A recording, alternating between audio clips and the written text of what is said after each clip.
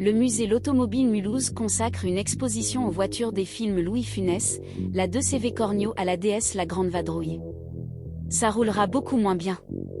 De 2CV Cornio à la Méhari Gendarme en passant par DS Fantômas, les voitures des films Louis Funès s'exposent dès mercredi au Mulhouse Automobile Musée. Visible jusqu'au 5 novembre, En balade avec Louis Funès, l'acteur et ses voitures de légende est une forme d'hommage à l'un des comédiens français les plus populaires, décédé il y a 40 ans, le 27 janvier 1983, explique à l'AFP Guillaume Gasser, directeur général du Musée national la collection Automobile Schlumpf.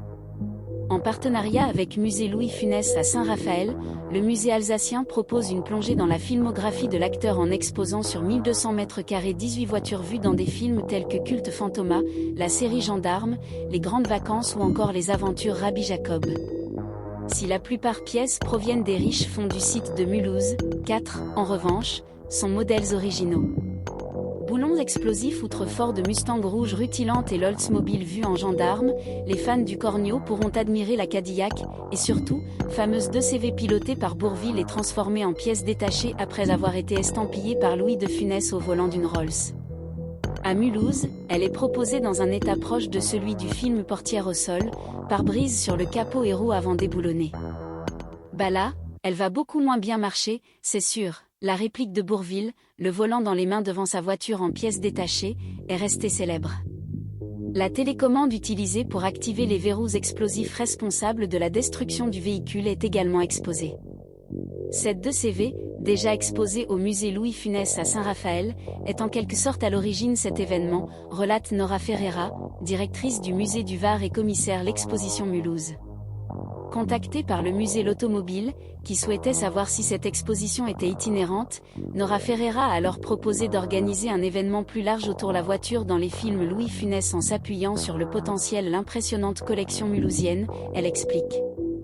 Le musée alsacien revendique en effet la plus importante collection de voitures au monde outre les 400 modèles d'exposition dont certains extrêmement prestigieux, il dispose d'une réserve de 200 autres véhicules, selon Guillaume Gasser. Sont également exposés les emblématiques Citroën Méhari et DS. La déambulation parmi les véhicules se fait dans l'ordre chronologique, des années 1960 à la décennie suivante, agrémentée d'affiches contextuelles ou encore d'écrans diffusant des scènes cultes. Fruits, légumes et R6 des objets personnels l'acteur, comme un carnet ou certificat d'immatriculation d'une Renault, sont également visibles, tout comme le chapeau du rabbin Jacob porté par Louis Funès sur tournage du film Gérard Houry. Des espaces thématiques sont également consacrés au cascadeur Rémi Julienne, qui a collaboré à plusieurs reprises avec Louis de Funès, ou encore à la relation que l'acteur entretenait avec ses propres voitures. Il avait plusieurs véhicules, dont des véhicules de luxe, une Jaguar par exemple, explique Nora Ferreira. Mais il avait une relation classique avec eux, comme tout le monde il adorait sa RC, dont un modèle non original est exposé, il la trouvait pratique dans son quotidien, poursuit-elle.